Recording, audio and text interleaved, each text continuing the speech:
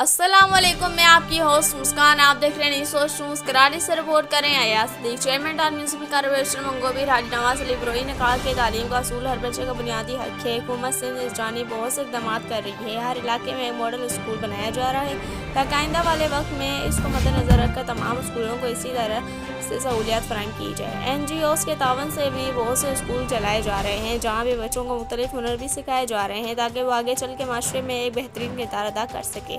हम अपने हदूद में वाक़ई स्कूलों का वफ़े से दौरा करते हैं ताकि वहाँ के मसाइल को हल कराने में अपना किरदार अदा कर सकें। हालांकि वो हमारे दायरे इख्तियार में नहीं आते लेकिन हमारी हदूद में हैं। अगर हम इनके मसाइल की तर्जुमानी करेंगे तो इनके मसाइल जल्द हल होंगे।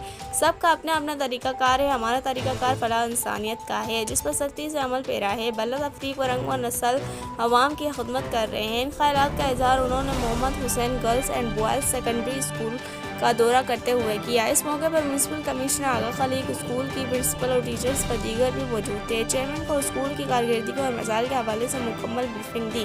चेयरमैन का इस मौके पर मजीद कहना था कि हम आपके मसाइल को हर प्लेटफार्म पर उठाएंगे, जो हमसे हो सकेगा वो ज़रूर करेंगे। ये हमारे नौनहालों के मुस्तकबिल का मसला है और इसकी अहमियत सबसे ज़्यादा है। अगर ये मजबूत होंगे तो माशरा आगे चल कर मिसाली तरक्की करेगा जिससे वतन अजीज़ का नाम रोशन होगा।